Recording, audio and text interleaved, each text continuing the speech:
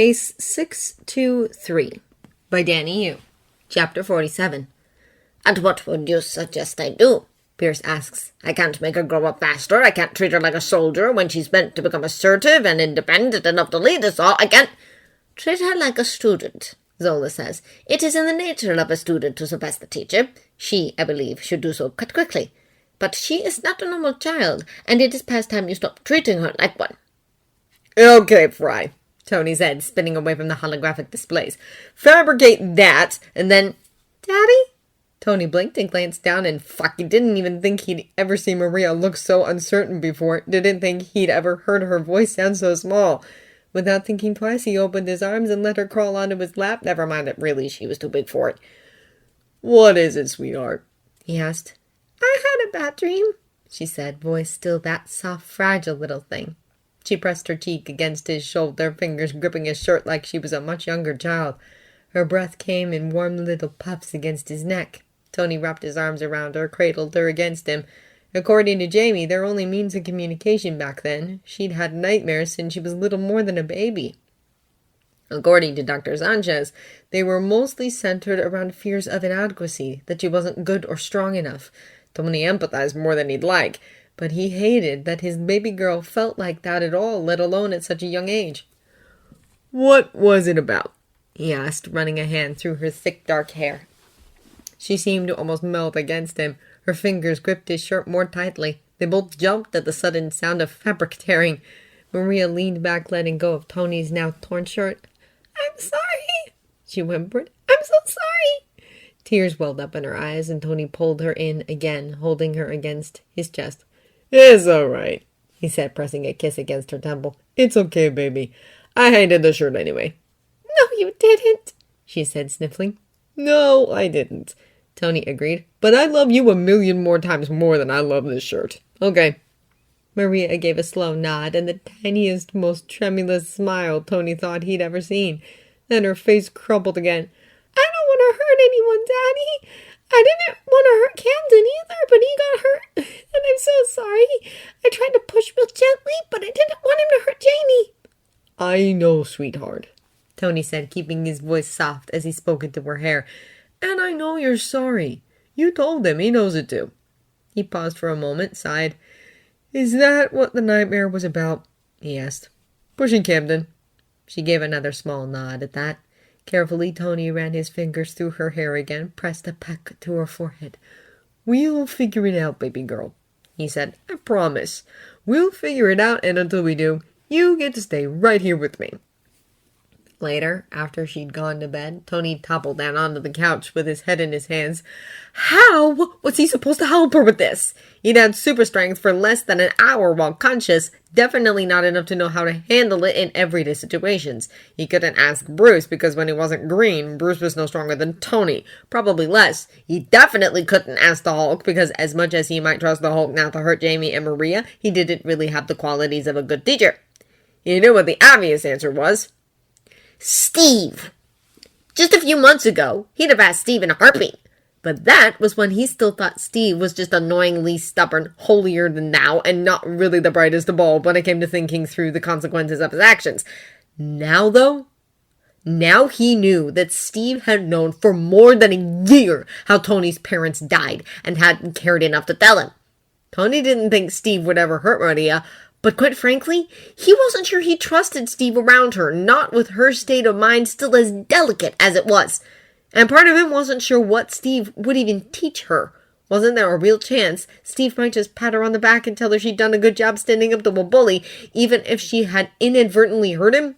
Tony might trust Steve not to hurt her, but he didn't trust what Steve had to teach. For a brief mad second, he seriously considered tracking down Bucky Barnes. Picking him up, really. Barnes was still in Romania, and Tony even knew the address of his current building. An actual apartment building now, moving up in the world from condemned shacks.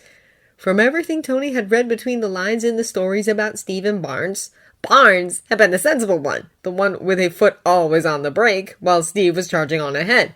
He might have been a good choice, if not for the Hydra brainwashing thing and the fact that Tony had absolutely no idea about his current state of mind, except that he wasn't killing civilians.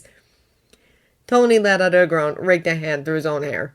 Girls, he told the AIs. Please keep an eye out for a potential super strength teacher for Maria. And then shut down for tonight.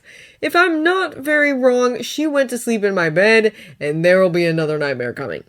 Yes, Anthony, Jocasta said, even as Friday chimed in with a, sure thing, boss.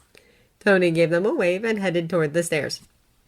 Tony gritted his teeth, damn near growled at the holographic projections. He hated it when engineering was like this, when none of the solutions he threw at the problem made sense. He hadn't truly felt like that since back when he'd been dying from palladium poisoning, but this water filtration system was a pain in the butt. If he tried to talk it over with Pepper, she'd just tell him to let it go. Whatever revolution he might end up with here, it would still be a lost leader, only good for the company in PR and tax deductions. But that didn't make it less important, not really. If he could get this working properly, he could get clean water to millions of people without much of a deficit. It would revolutionize the third world, and he really needed Bruce's input on this, except he was going to have to wait because Bruce was giving lessons to Tony's kids, and Tony wasn't going to interrupt for anything less than an apocalyptic level event, and Mr. Stark? A familiar accented voice asked, filtered through the speakers. Miss Maximov is early, Anthony, Jocasta added, presumably just for good measure. She's asking for you. Do you want me to let her in? Tony let out a long breath and glared at the faulty calculations in front of him. Might as well, he said. He frowned, tried moving a few of the calculations around, but it still wasn't coming out how he envisioned. Why did humanitarianism have to be such a pain in the ass? Mr. Stark? Girl Maximov said again. Tony gritted his teeth at the project for another moment before putting his face into the right patterns and turning around with what was hopefully a pleasant smile on his face. Wanda, he said, Maria and Jamie won't be out of lessons for another hour at least. He glanced at his watch. You're 4 hours early to pick them up for your dinner and movie date. Maximov gave a small shrug that was somehow a lot less self-assured than any other gesture she'd ever made in front of him. I'm meeting Dr. Banner in an hour, she said. He offered to guide me through some meditation techniques. Said it might help with... She trailed off, swallowed, and Tony didn't really need her to finish the sentence to know she was on about Boy Maximov again. You're still early, Tony said, turning back to the projections just to attempt to glare them into submission. I wanted to speak with you, Maximov said. Tony flashed one last glare at the projections before putting his pleasant face back on and turning back to Maximov. Well, then I'm all ears, he said. Hypothetically speaking, because that would be horrifying and pretty damn debilitating. But I'm listening, shoot. But don't, just talk. She didn't smile at his jumbled workshop talk the way Bruce or the kids might, but nor did she have the long-suffering look Steve or Natasha might have worn. She looked almost nervous, really, and that was the last thing Tony would ever expect Maximov to look in front of him. She cleared her throat and stuck her hands in the pockets of her ridiculously tiny skirt. Tony was going to have to make a note to never let Maria emulate Maximov's fashion choices. I wanted to talk to you, Maximov repeated. Tony cocked an eyebrow, uncertain what he was supposed to do with this situation. Was he meant to encourage her, or shoot this whole thing down, or could Ermonier Vision have given him a heads up? Maximov stopped and swallowed with an audible click. I wanted to tell you that I'm not going to kill you. Tony blinked. He didn't tell her he'd already figured as much, or give any of the glib comments that tempted him right then and there. Not so much because she deserved his seriousness, as because he was not an idiot, and wasn't going to go deliberately setting her off. Thank you, he said, and if it came out as more of a question than a genuine sentiment, well, who could really blame him? I know what you said about the shell in our apartment was the truth, she said at long last. I'm not... She stopped, swallowed again. I'm not saying I forgive you. That was still... Without you, they'd still be alive.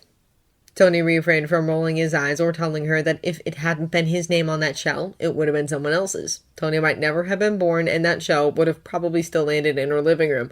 Her whole family was dead, though. She probably still wasn't thinking clearly, which meant that was likely not the thing he was supposed to be pointing out to her in this situation. But I'm not going to kill you, Girl Maximov repeated. You're a good father, and I don't ever want to see Jamie and Joe... Maria hurt like I was. I don't want to see them separated or their father killed, so I'm not. Another damn swallow. And I wanted to thank you. Rhodes, he pointed out to me that you didn't actually have to let me spend time with your kids. And I just wanted to... Jamie and Maria, they mean the world to me. So thank you for letting me spend time with them. Tony clamped down on his instincts and flashed her a brief grin. I know what you mean to them, he said. They like you, and they trust you. And I know you care about them too. So I've trusted you with them, and so far you've kept them safe. I don't care how you feel about me, so long as you continue keeping them safe. She sucked in a sharp breath and stayed silent for a long while. Then she nodded. I love them, Mr. Stark, she said at long last. It hurts sometimes being around them. They've got everything I don't anymore, but I do love them. And I'll never let them lose what I did, if I can help it. I don't do it for you. And I don't let them spend time with you for your sake, Tony countered. Everything I do these days, I do for my kids. To make a better and safer world for them to grow up in. A better name for them to carry. That's all. And so long as you're not working against me on it, I don't see why we need to be at odds, even if there are other things we don't agree on. She looked at him for long moments. Then she gave a nod and was gone before he even fully had time to register it. Tony let out a groan and turned back to the calculations. Joe, he said, Fry and I have been over this project 100 times. If you've got any input, now's the time to ship it the class. Of course, Anthony, Jocasta said, and Tony swore he could hear the smile in her accented voice.